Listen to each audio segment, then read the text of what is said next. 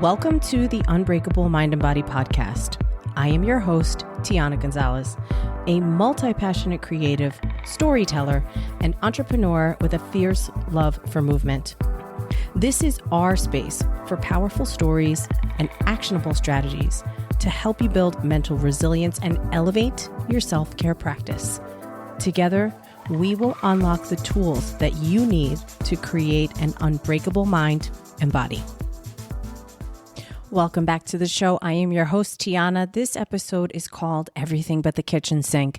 And we're just going to get right into it because I had this download this morning while I was doing my makeup, and I realized that this is definitely something that I want to chat with you about, because when you're learning something, like remember back to when you were in high school or in middle school or whatever grade it is, and you were learning about a subject, you actually only learned a sliver or a segment or a certain amount of material related to that particular subject. And then years later, you might have revisited it with a new curriculum, with more expanded thoughts, with a deeper level of the lessons and the teachings and what really transpired.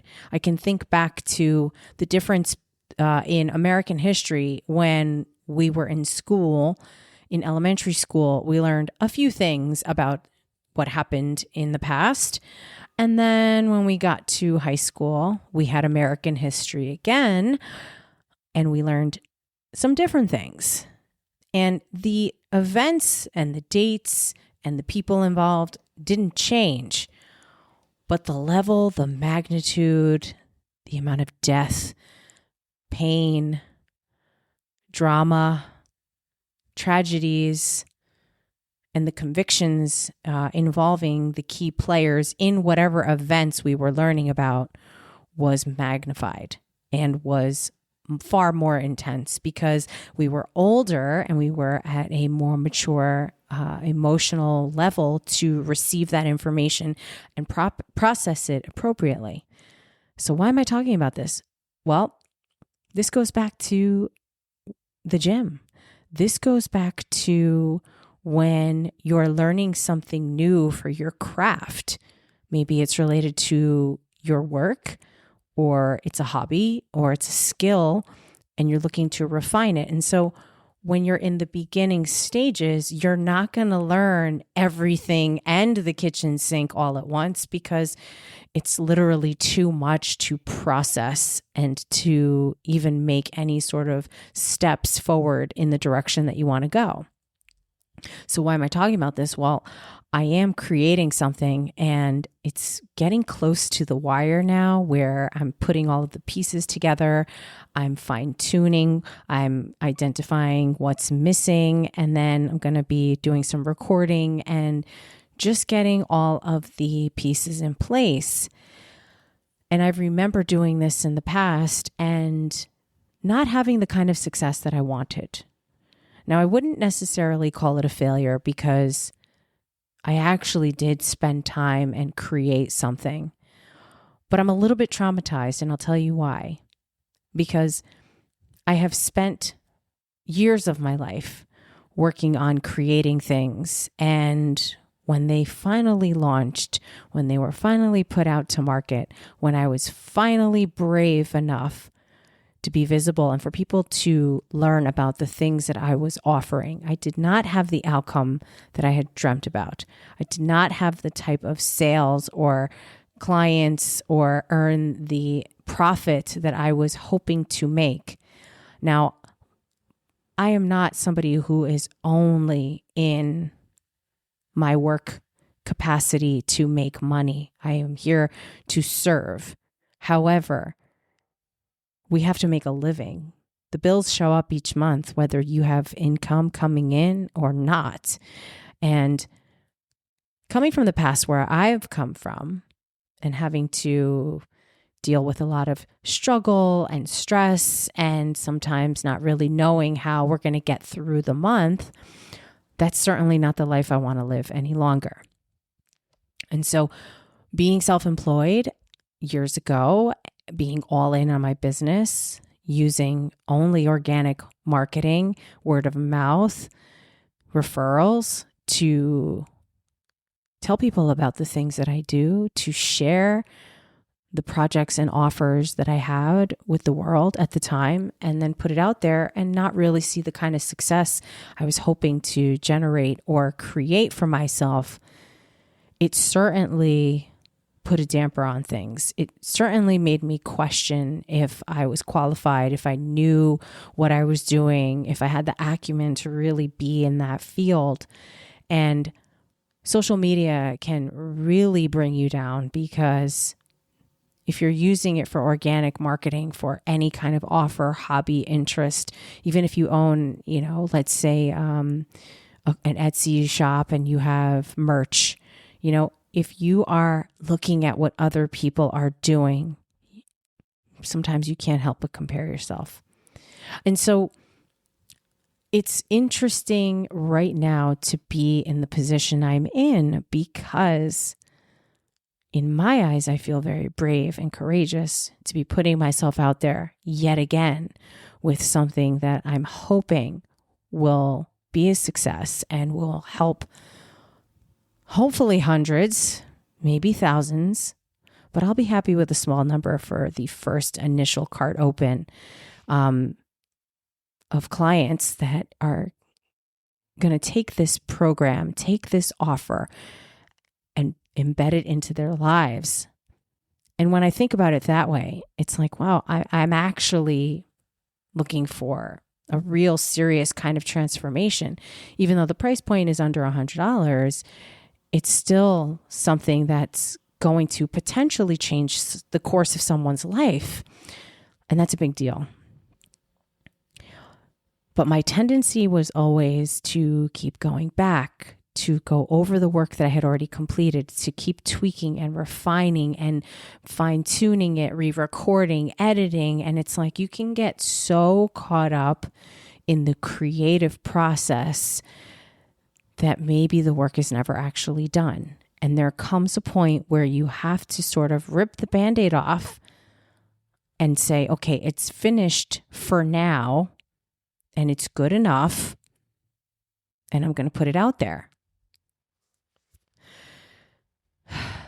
But it's fucking scary. In 2021, when I left working in person and I went all in with the training business online, I created a course. I created these other smaller digital offers. I created a mentorship for women. I created so many different things and really put myself out there. I remember in the beginning of 2022, I had put together this program and I did a 5-day live launch on Facebook and taught a topic each day, Monday, Tuesday, Wednesday, Thursday, card open Thursday, questions and answers on Friday. And it can really kill your spirit when you put so much work into something and people sign up for it if you're lucky, and nobody would show up to these calls. And it's like, well, I'm already here. I set up, my background, my lighting, the Facebook Live or whatever platform I was on. I had all of my materials and I wanted to have an interactive sort of experience, but nobody showed up to some of these calls and I still had to go through with it like there was a large audience watching me. So of course I'm sweating, my armpits are sweating. I'm praying that my neighbors are not too noisy. I'm hoping that the connection is strong for the Wi-Fi so that I don't drop off. I'm hoping the recording stays and that I get a nice long full video that I can then save and edit and upload and maybe use as a future training for something. And I did all of that. And I have to say, looking back now, I have those videos, of course, and they're somewhere where no one else can see them unless they have the link. But that was 4 years ago, over 4 years ago now. And I watch these videos or I watch pieces of them and I can see my own evolution, and it is incredible. And guess what? That would not have happened if I didn't follow through with the live launch and with delivering the teachings each day and with doing it as if I was presenting to a virtual room of 50 or 100 or 300 people. I would not have the type of confidence that I have today had I not been through that experience in the past. And so I ask you, would you consider that a failure? I don't think so. Now, did it hurt my ego? Yeah, it did. Did I have a few people that were interested in that offer? I did. They were not a good fit after doing discovery calls and really sitting down with them to ask the right kinds of questions. And I am someone of integrity. So it doesn't matter if it's a $60 offer or a $600 offer or a $6,000 offer. If I do not feel like the co-working relationship or the collaboration is going to be beneficial for the person, I cannot just take their money. That is not the type of person that I am. I'm happy to refer out. I'm happy to refer, in a different direction, maybe not to somebody I know personally, but I've referred plenty of people, for example, men and women who want to do bodybuilding shows, and they'll ask me if I can handle their show prep. That is something I used to do. That is not really something I do any longer, especially for a first timer. I've been out of that game for a little bit. And yeah, of course, do I still have all of my industry connections? Do I still love the sport? Do I still go to bodybuilding shows? Yes. But I also know that where I'm at in my life and what suits me best and what really sets my soul on fire is something different. And so I want to make sure that I'm sending people in the direction of, a coach or a mentor or a guide that can light them up as well and show them all of the ropes, teach them everything they need to know, and be the best fit for that person. Now, that's just how I operate. I cannot say the same for every trainer that's out there. Training is a really challenging industry because, yes, it is very saturated. And so there's a lot of competition, and you really have to separate yourself from the crowd, set yourself apart. But sometimes that means saying no to people and turning away money because the person is not the right fit for you as a trainer, as a coach. And you want to do what's best for them, but you also want to do what's best for you. Now, circling back to my main focus about, everything but the kitchen sink. When I think about some of these different types of offers and teachings that I have put together in the past, I'm proud of myself that I did it. I look back at the work and it's still good. It's still valid. It can be repurposed. It can be touched up. And it can be applied today. And the reason for that is because the foundation is the foundation. I am a strength coach for women. I know what it takes. I know what they're dealing with. I know what it's like to walk out onto the fitness floor and sometimes just get a little thrown off. Maybe you had a specific movement or exercise that you wanted to start with. You're not able to do that. Maybe all the platforms are taken or all the equipment that you want is taken. What do you do? I have the answers to those questions, Let's say you want to work out 4 times a week, but something happens. Well, now you can only do 3. So how do you adjust? How do you scale appropriately? That comes from years of experience. That comes from knowing what works. So that's what I mean about the foundation is the same. It doesn't matter if I look back at workouts from 5, 10, 15 years ago. The meat and potatoes is the same. There may be some tweaks in there as far as different mobility exercises I'm doing in the beginning, or rep ranges, or maybe different types of equipment that I'm using. But generally speaking, the movements, the desired stimulus, the warm-ups, and the stretches at the end are all very, very, very similar. And that's valuable. That's worth its weight in gold. I've always felt that it was more valuable for me to focus on a couple of things, or maybe just dial it into one specific thing and to go really deep with it. So instead of being a master of none, knowing all of these different things, I can speak to certain things. I can speak to certain modalities. I can speak to certain sports, hobbies, and activities. However, like I said before, I'm huge on the referrals because I know that there are other people out there that are experts in those things. For example, if I wanted to work with someone and they say, well, I'm really focused on this sport. Let's say it's field hockey. Let's say it's soccer. Let's say it's basketball. I can give them a general program. But if they want some real pure strength and conditioning or sports specific training, I can refer out. When it comes to building muscle and getting stronger and getting the confidence required to eventually just show up and command the fitness floor, I'm your girl. And that's literally why I created this program called Lift Like You Mean It. Now, if you've listened to much earlier episodes, I did have a free PDF download. It was like a mini guide with the same title. I love the title so much that I decided to expand it into a more comprehensive strength training program. And it's been so much fun to create this program, and it's also been an incredible amount of work. And throughout the process, I have had to keep reminding myself we do not need to put everything under the sun in this program.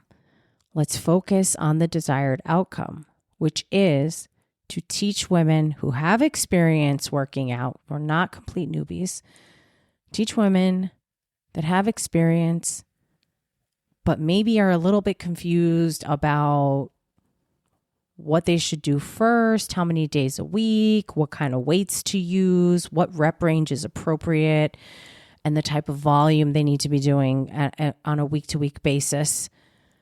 And that's it. Could I include fat loss cardio workouts? I could, but I'm not going to. Could I include a guided meditation? I could, but I'm not going to. Could I include mobility flows? I could, but I'm not going to. Because I know that for me, at the end of my days, what I want to be known for is I want to be known as the person who gave other women permission to show up, even if it's messy, even if it's inconsistent, even if it's not perfect, and get the job done with whatever they have available, with the tools at their disposal, with the time that they have to figure it out and to make it work. I want more people, particularly women, to stop abandoning themselves. Yes, it is amazing, the gift of motherhood, the gift of being a wife and a partner to somebody. Yes, to be a loyal, ambitious, hardworking woman in your career path. I'm not taking away from any of those things. But you cannot do any of those things well if you are not taking care of yourself.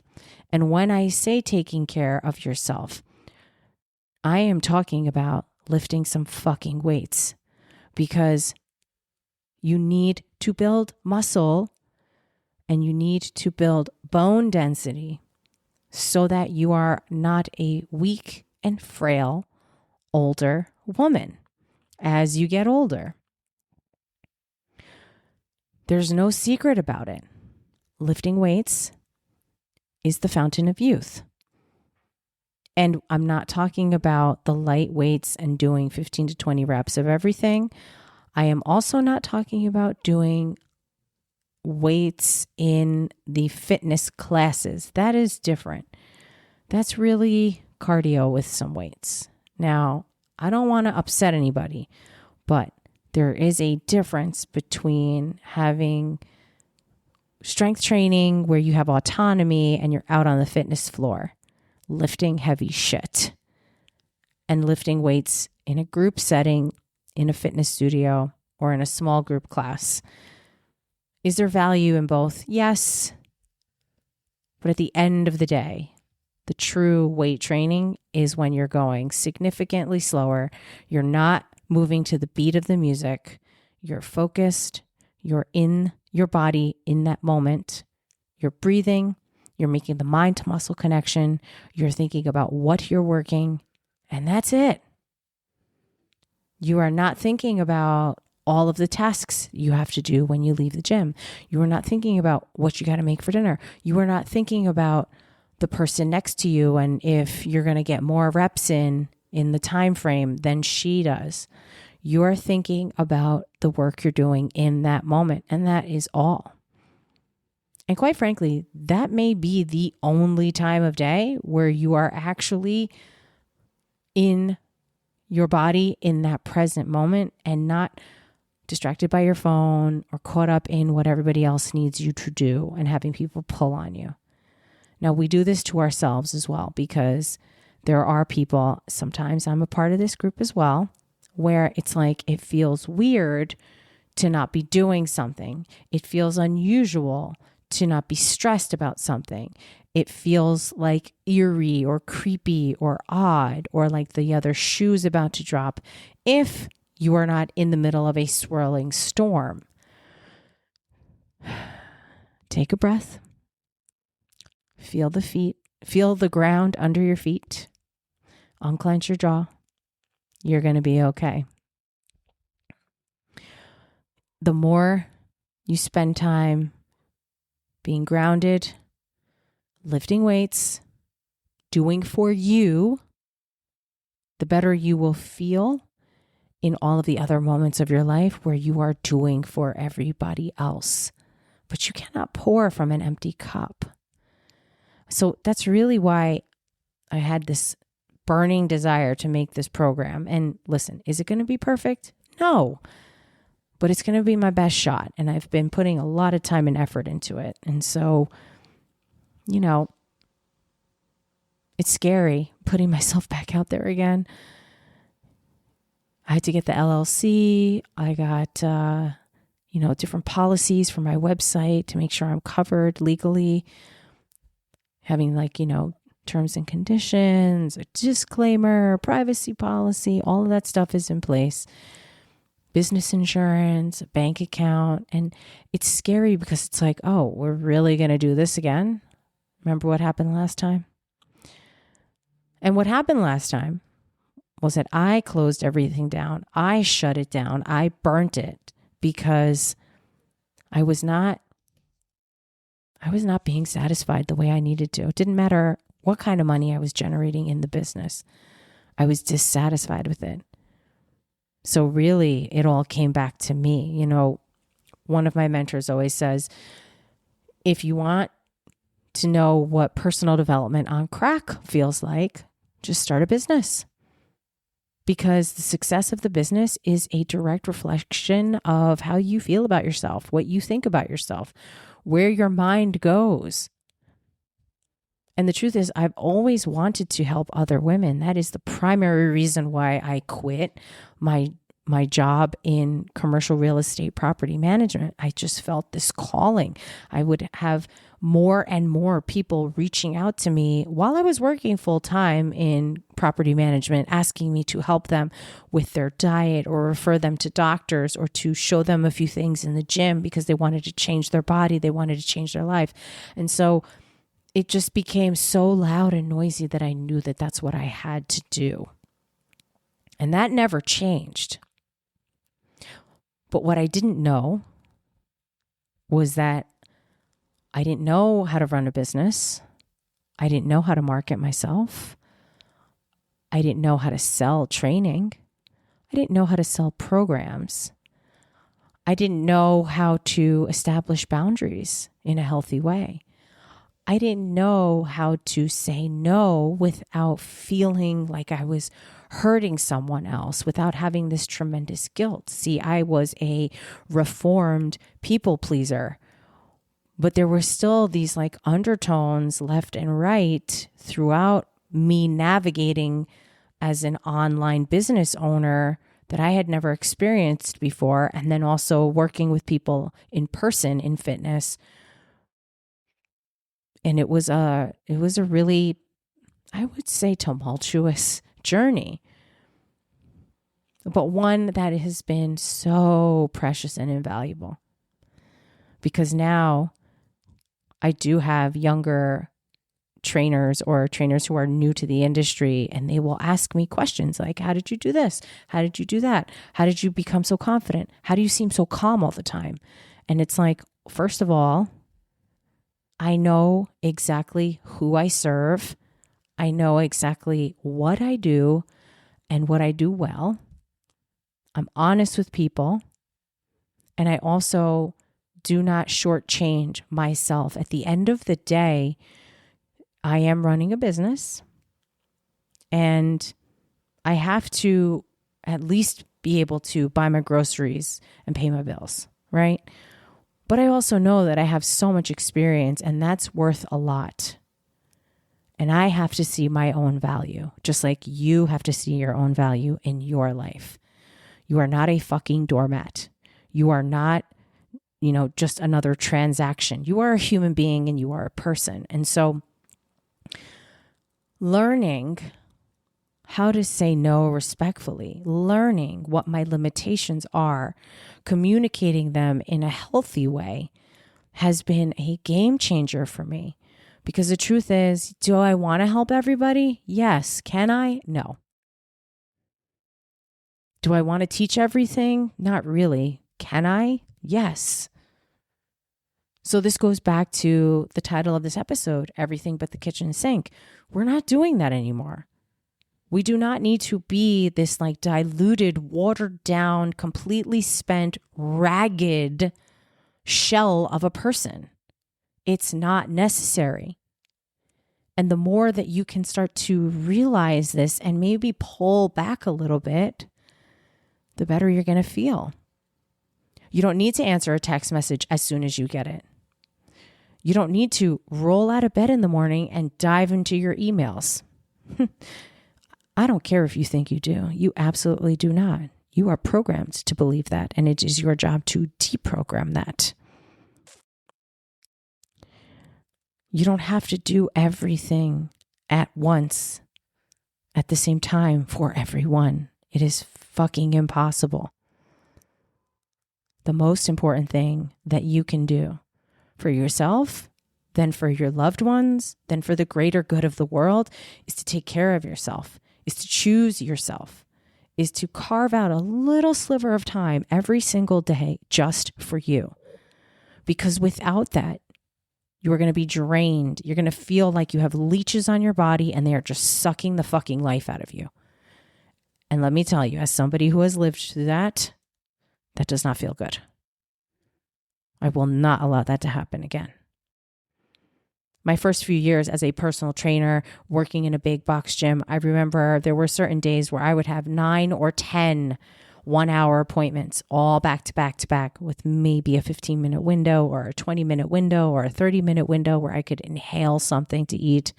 And then there were days where I would have one person or 0 people, but I still had to be at the gym and show face. I still had to have a presence.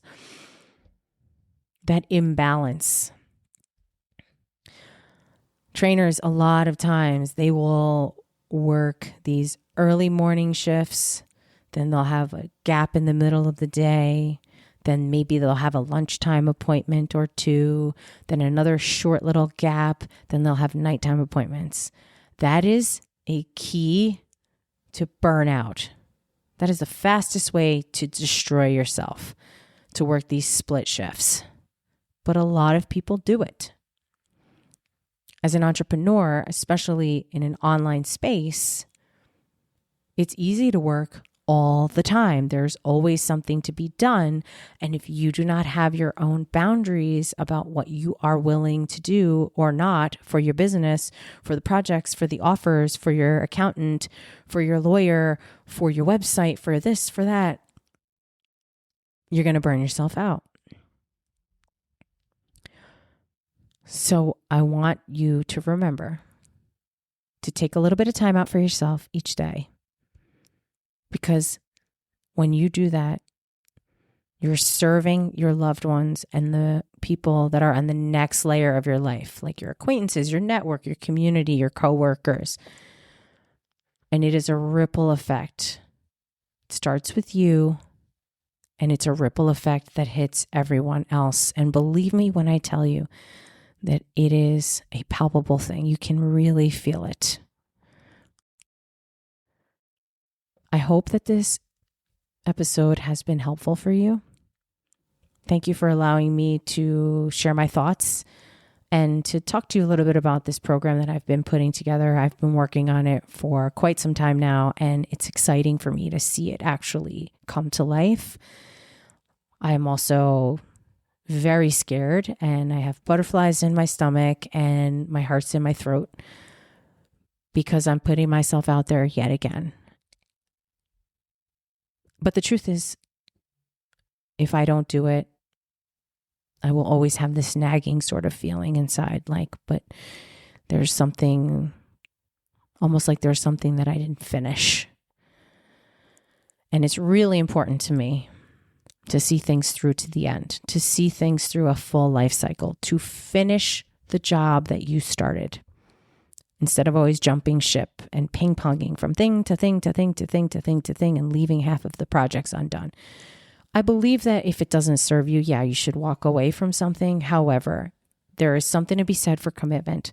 There is something to be said for getting yourself on the hook, for holding yourself accountable, for having the discipline to show up every day and do the work that you said you were going to do and see it through, because that's valuable. I appreciate your time and attention as always. If this episode resonated with you, please follow along on the show and maybe give me a rating and or a review. It helps when you do that to bump me through the podcast algorithm so that other people can find the show, and then I can help get my message out there to more people just like you. Thank you for being here. I'll catch you on the next one.